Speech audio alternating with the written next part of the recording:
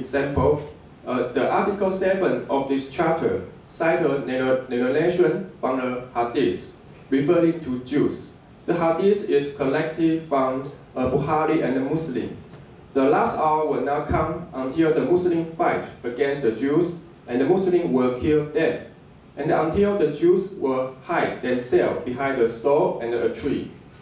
And the stone and the tree will say, Muslim or servant of Allah, there is a Jew behind me, come and kill him. But the tree of God will not say it, for it is the tree of the Jews. So it seems like the charter does not tell the difference between Jews and Zionism, which is the foundation of Israel. In addition, the charter often promotes the idea of the jihad against the Jewish people.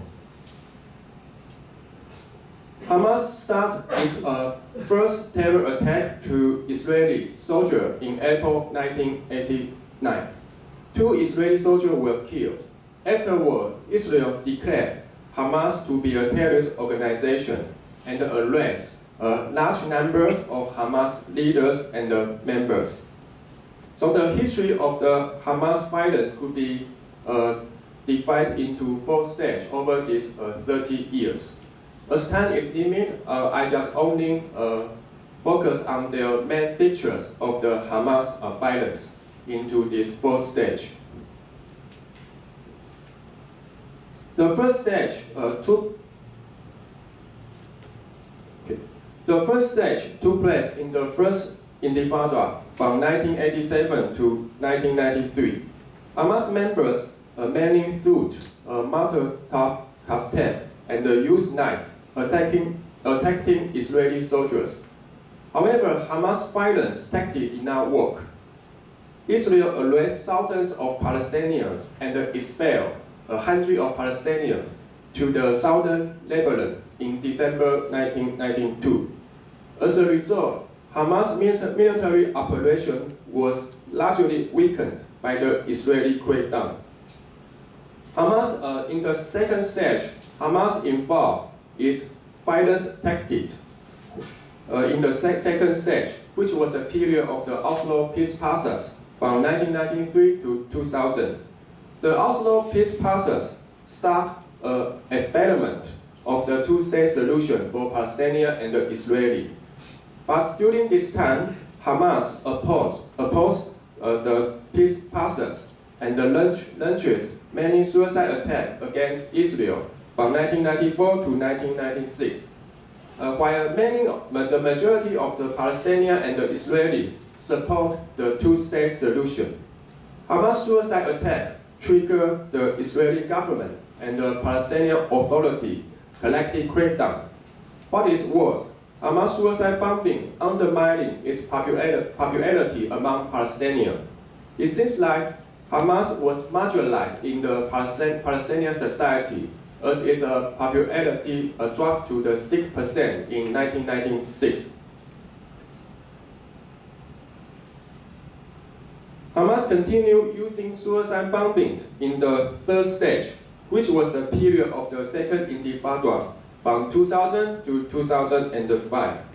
The Second Intifada represents the outbreak of the anger and the frustration of the Palestinians toward Israeli occupation in Gaza, the West Bank, and the East Jerusalem. Most of the Palestinians did not believe that Israel will completely withdraw from the occupied territory and let the Palestinians to create a viable Palestinian state alongside with Israel.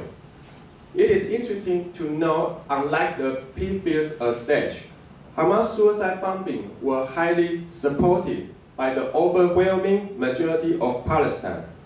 While majority of Palestinians support Hamas' violent approach to Israel, it could be attributed to the Israeli collective punishment ordered by Israeli Prime Minister El Shalom. El Shalom considered the negotiation with the Palestinians was useless during the Second Intifada. Instead, he believed that the force was the only way to suppress the Palestinian collective rebellion. From early 2002 to the end of 2003, Israeli military invaded Palestinian cities and villages in the West Bank in the Gaza Strip. The heavy force destroyed Palestinian administration, economy, and social fabric. In this sense, more and more Palestinians have no choice but support Hamas' violent approach. But Hamas decreased the numbers of the violent attacks toward Israel in 2004, when Israel announced a disengagement plan from Gaza Strip. After that, Hamas shifted its tactics from the violent approach to the Palestinian political integration. In the final stage, Hamas stopped the suicide bombing and launches rocket attack into Israeli territory after its domination of Gaza Strip from 2007. As usual, Hamas' violence act triggered strong Israeli retaliation. Israel confronted with Hamas in three major wars from 2008 to 2014. Hamas launched thousands of rockets into the Israeli territory, causing nearly hundreds of Israeli casualties and thousands wounded.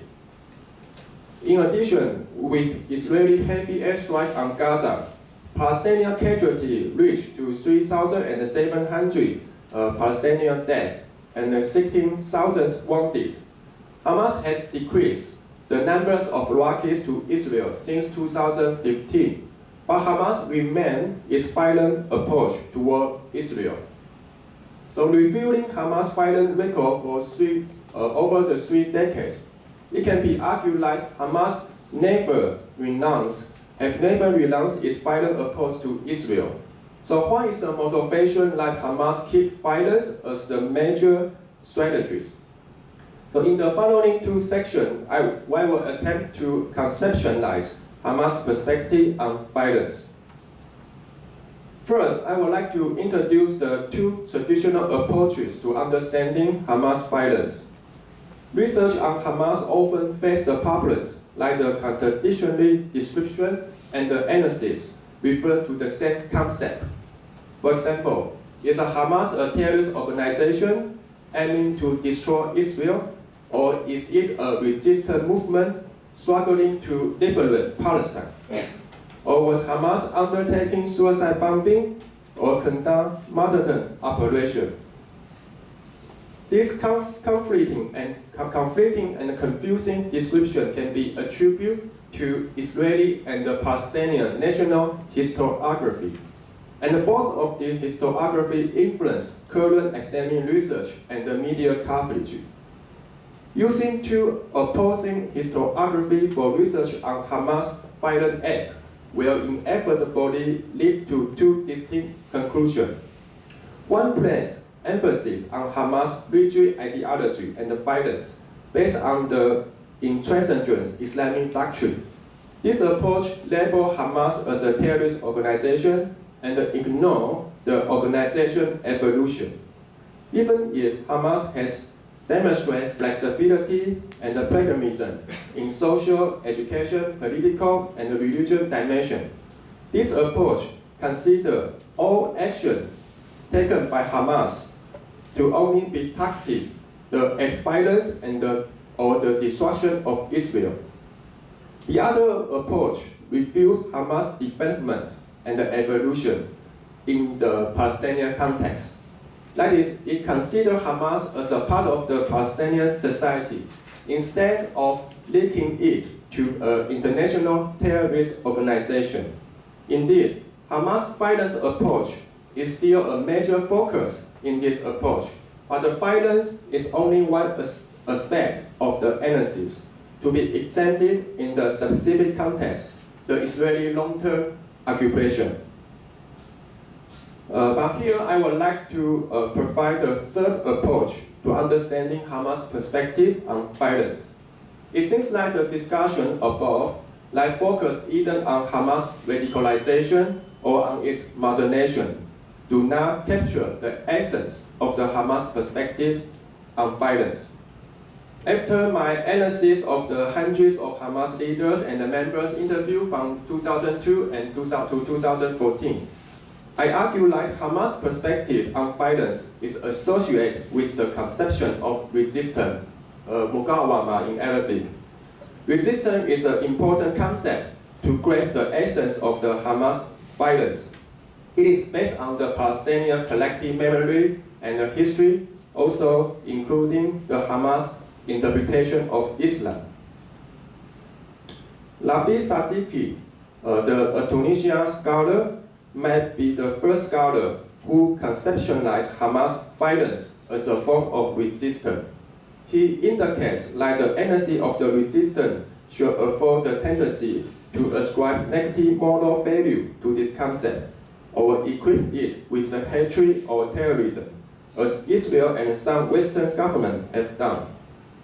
He also argued that Hamas resistance can be viewed as an alternative model, like not only subrogate the Weberian template of the single monopoly, legitimacy, and the center in the dispensation of violence, but also deploy it on the margin as a part of the godly section ethical quest for notion of sacrifice, worship, emancipation, transnational solidarity, and the civil community. Sadiki adds that Hamas provides the explicit ideology of resistance and thus cannot be reduced to or confused with the misnomer of radicalization. According to the Nabi Sadiki definition and my analysis of Hamas leaders' interview, it could be said like violence for Hamas is a form of resistance. Hamas has firmly believed that resistance is the only way to restore Palestinian rights since its foundation in 1987. The foundation of the resistance are based on the Palestinian collective history and the memory and the Hamas interpretation of Islam.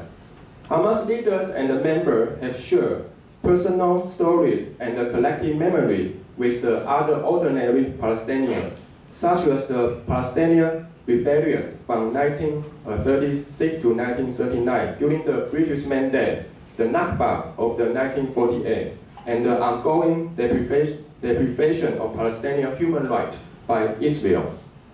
These collective events and history shape Palestinian collective identity. To some extent, Palestinian identity is triggered by the Israeli aggressive policy. Even not many Palestinians really support Hamas, they still share common ground with Hamas, such as the idea of helping other Palestinian fellows free from the Israeli occupation, and the idea of the resistance in response to the Israeli aggression. As for the Hamas interpretation of Islam, Hamas leaders and the members consider Islam to be an inspiration and a form of empowerment for facilitating their fight against Israeli occupation. Final is my conclusion. So far, Hamas has now renounced its violent approach to Israel since its foundation in 1987. The mainstream Western media and the politicians all condemn Hamas violence record. However, it should be noted that Hamas violence is in response to the Israeli long-term occupation and the deprivation of the Palestinian fundamental right. And Hamas violence to Israel is based on the Palestinian collective memory, history, and its interpretation of Islam. However, Hamas does not always stick to the violence approach. It also softens its rhetoric on Israel and shows its willingness to compromise with Israel. For example, Hamas released a significant political document on May 2017. For the first time, Hamas clearly identified the principle of coexistence with Israel based on the two-state solution, provided that Israel withdrew from the occupied territory in 1967. So in conclusion, Hamas will not renounce its violence approach toward Israel as long as in the near future, as long as Israel remains on the territory of the Palestinians. That is the end of my conclusion. Thank you.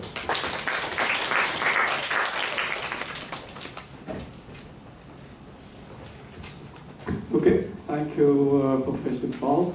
It's a very clear presentation, and now we have a very good idea about Hamas, the concept of violence. Okay, please come back to your seat. I think we still have some time for discussion.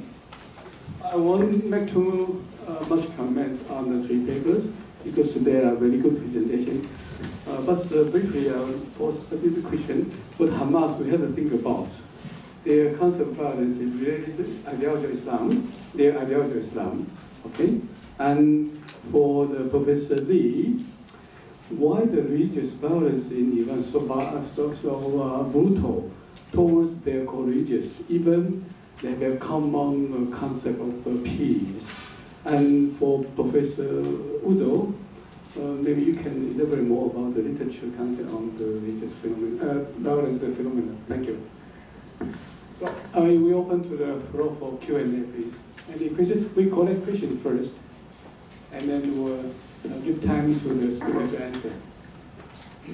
Any question? Yes, please.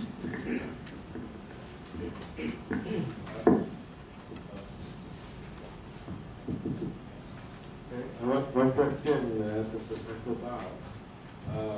You mentioned 2017 that Hamas has already come to accept the two-state issue. So what is stopping final peace process? Yeah, what is stopping the final peace process? Now it's almost a year already. Okay. And for the LGS law, okay.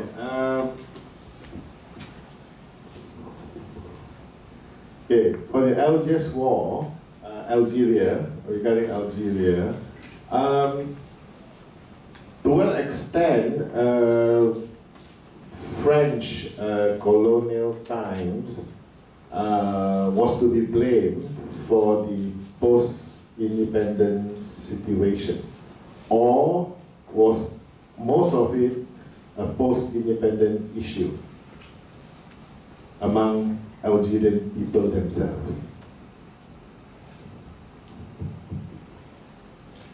Okay. Any more? Yes, please, Professor Hedy. Thank you very much for the time. First, I have three questions for three presenters. First, Professor Bao about Hamas. How is the reaction of the Israelis?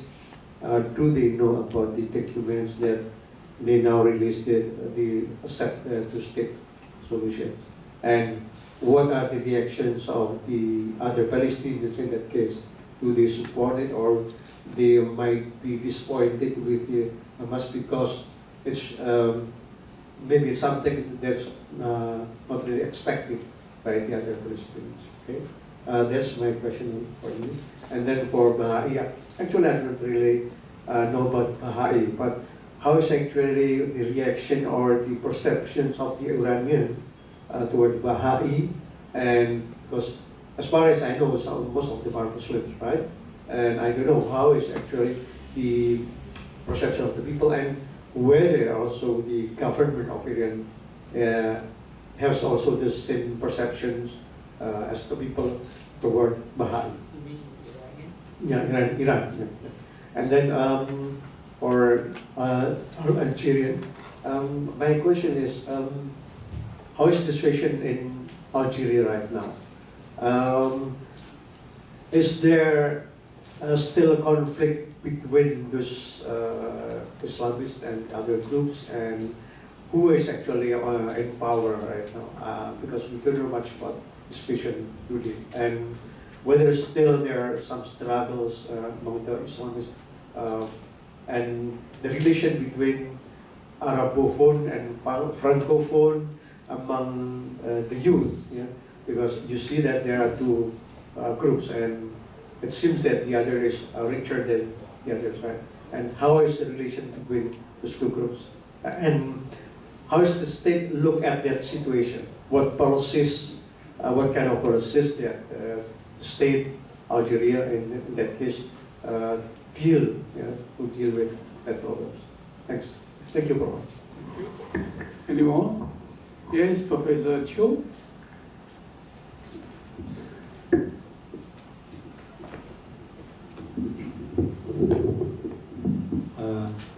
我有一个问题要请教那个李教授，就是说，我等一下会把它翻译成英文，就是说，因为我对那个巴哈伊历史不太理解，那我是想了解说，像在历史上你们应该有很多被叙尔伊斯兰给压迫的经验嘛，那是不是现在巴哈伊在发展出这种多元跟包容的态度，跟这样的一个历史经验是有关系的？好，这是我一个小问题。Okay, my question is about. I just listened to Professor Lee's presentation regarding the idea of tolerance and diversity in Baha'i. I was wondering that how could it be possible, just because maybe in history, Baha'i has long term been replaced by Shia Islam. That's why maybe this kind of historical experiences facilitated Baha'i to become much more tolerant and also become much more reflexive on herself. This is my question. Thank you so much. Okay. Any more? Okay, now let us speaker to answer this question. Oh, yeah, please. Sorry. 我有问题也是想要请教李定志老师，然后这个问题其实是刚好。Using English? 我等一下会翻译成英文。那问题刚好也是承袭昨天梁元珍老师就是对观众提问的问题，就是关于这种社会当中多数与少数该如何去共存，如何去相处。那就是昨天就是他是以那个这次的大选为例，那我也是想请教李定志老师，如果是以这次大选这种情形，就是说就不单限于同性议题，就是包括其他议题，就可以看到出社会上其实是存在着很多歧义的。那巴哈伊如果以一个巴哈伊的价值观来讲，是怎么会看待这些歧义？就是怎样去处理是最好的？因为刚刚李定志老师有提到说，就是宁可大家一起做错误的决定，也不要一个人做正确的决定。我不确定原话是不是这样，但是我听起来一想是这样。但是又有另外一种声音是说，就是有些时候这种公投的结果，它会变成那种多数的暴力，就是那个 mass violence。那就是以巴哈伊的观点是怎么去看待这种事情？然后我发现我讲的有点多，所以我的英文我大概简单讲一下，就是说，what's the how Baha'i to explain to see the mass violence. Yeah. Okay, 谢谢老师。 Okay. So we have about 15 minutes left for the answer. So who would you like to go first? Professor Bob? Okay. I will respond the first question from Professor Lin. Yes, Hamas as an Islamic movement in Palestine. So Islamic movement is not unique. We can see in the middle, across the Middle East, like the Muslim Brotherhood in Egypt, in Jordan, and Nahda in Tunisia, or AKP, AKP, the Islamic Party in Turkey. And this Islamic movement have common ground that is driven by the Islam as the main principle and the other ideology. However, they grow up in the different specific contexts. So Hamas they justify their violence according to Islam. There is some scholarly consensus about the jihad. For example, about it, I think there's no denying that the majority of the Muslim scholars agree the idea just the Muslim land was invaded or colonized by the non-Muslims. According to the Sharia, Muslims have a right to launch the jihad. There's no doubt. But the question is, there's a different opinion about the suicide bombing in the Palestine and the other Arab countries. But during the Second Intifada, 80% Palestinians support the Hamas suicide bombing. But in the Sharia, they call it Amaliyah Ijtihadiyah. That means it's a modern operation. They call it is based on the Sharia. It's not a suicide attack. That's the first question.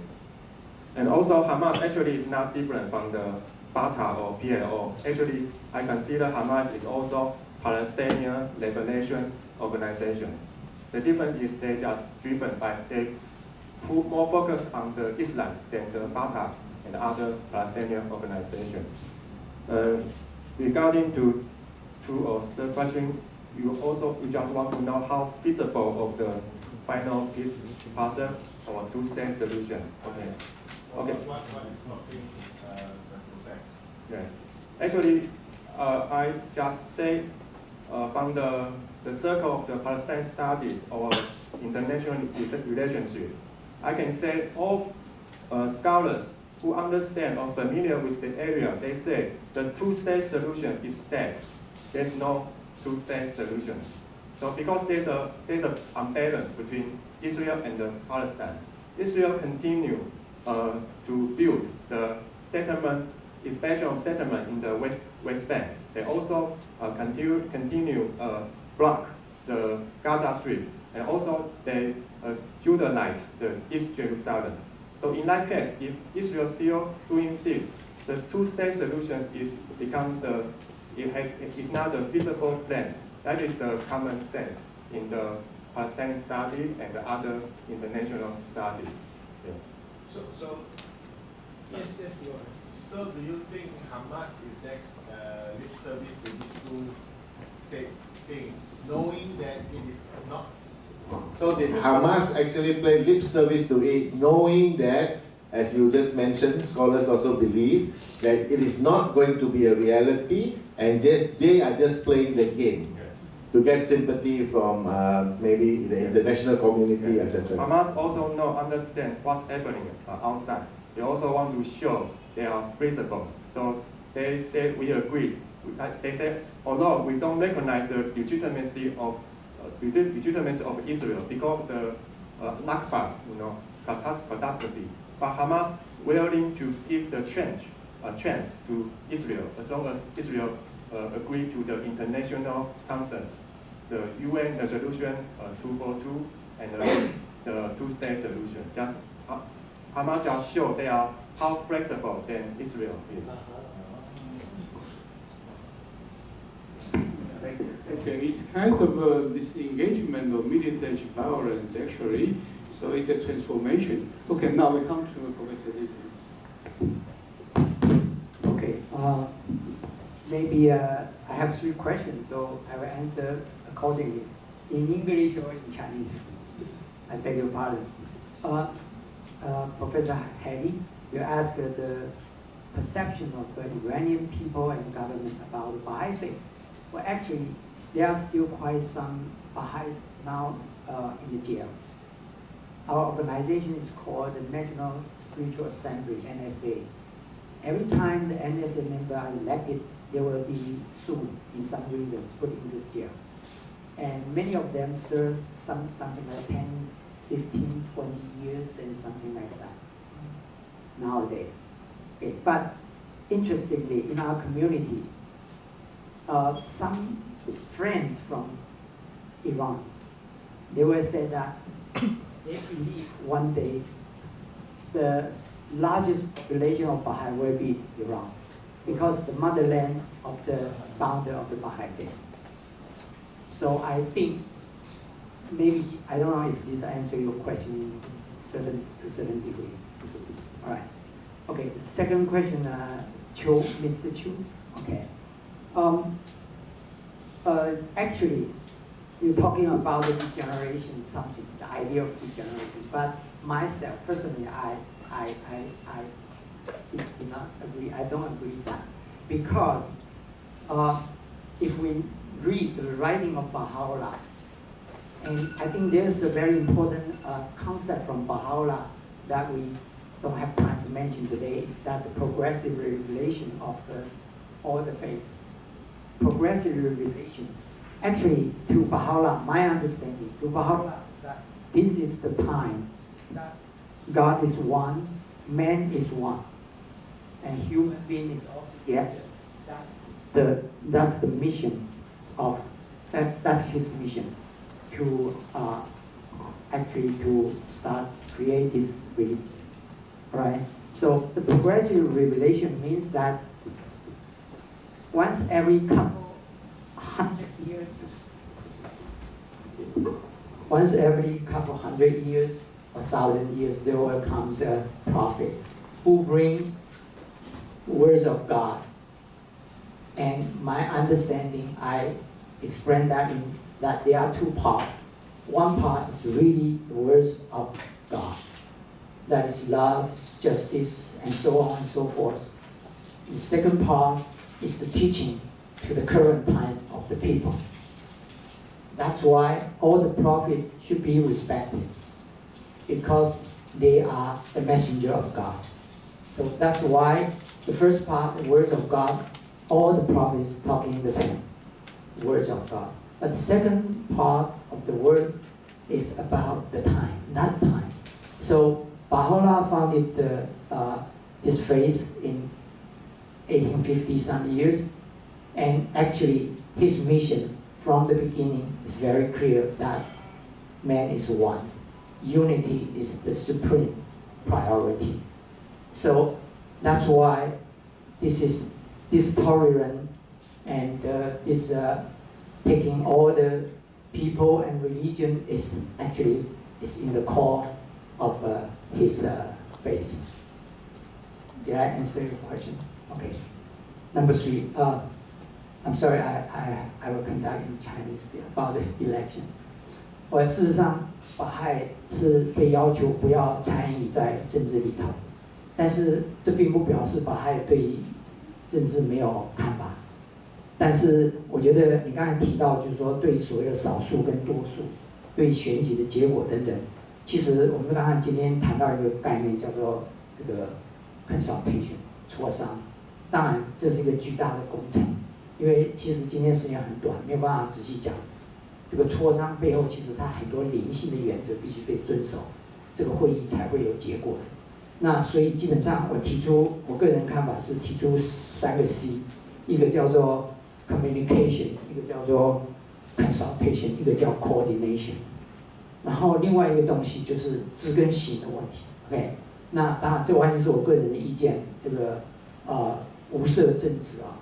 我觉得其实我们现在碰到的一个问题就是，我们的理想很好，但是实践的步骤有问题，它的实践是有问题的。比如说有些东西，我们的 consultation 有没有做？再少的人，他的意见也应该被听到。OK， 然后接下来当然就是沟通 communication， 沟通是很重要。OK， 然后当然接下来就是所谓的协调 coordination。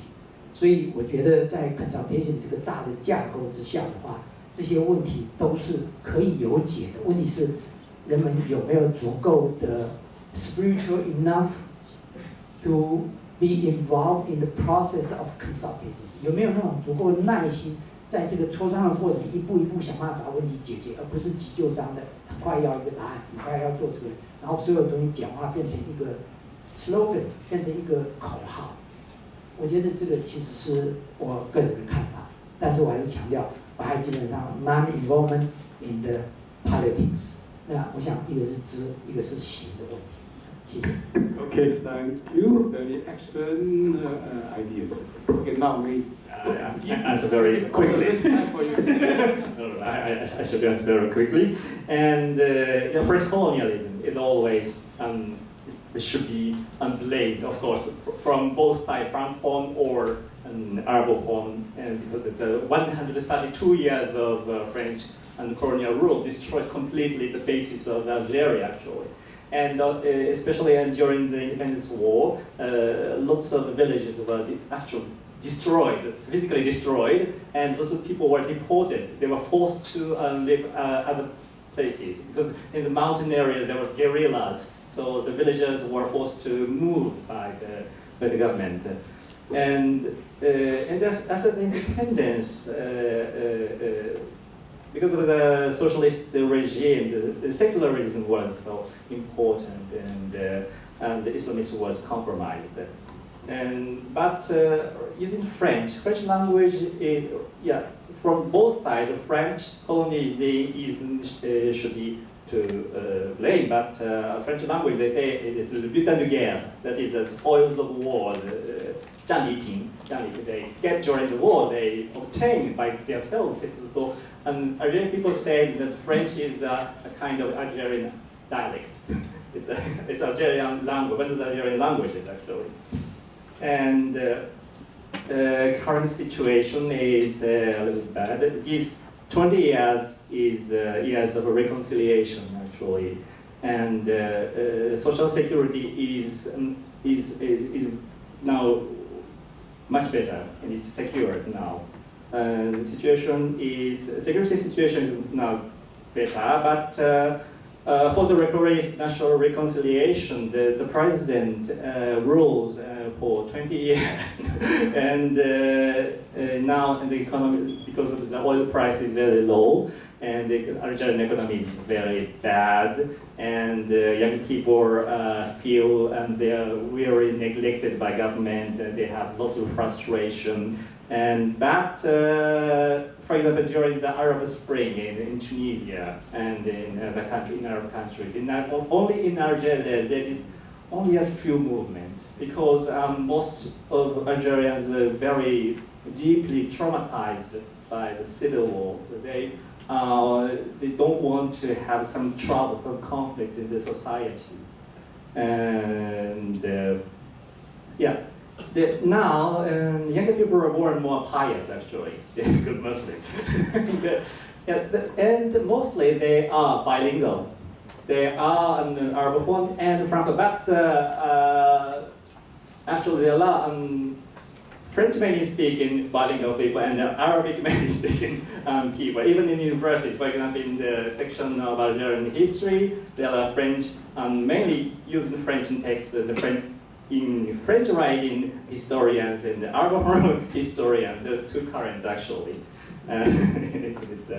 And so the confrontation is so much weakened, and but there was some lots of frustration in the society, and some kind of Islamist ulama, imams somehow declare kind of fatwa against authors. For example, just 2 years ago, when fatwa was delivered to execute one Francophone author. Yes, that exists, but the situation ameliorated, I think. Yeah. Okay. Thank you very much. I think time is up now already. So we have another session for roundtable discussion. So thank you very much for your patience. We will time to speak. 谢谢主持人以及3位讲者。那接下来我们将直接进行圆桌论坛啊，然后我们先待会先做再谈选择。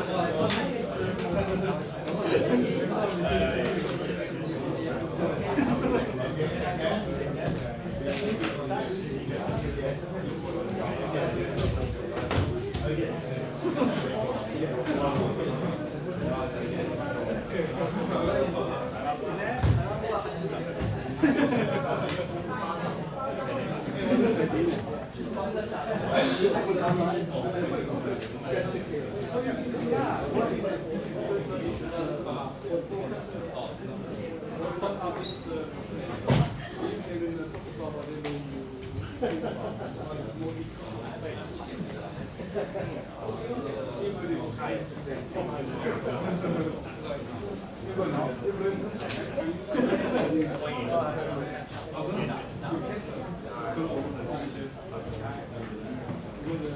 Yeah.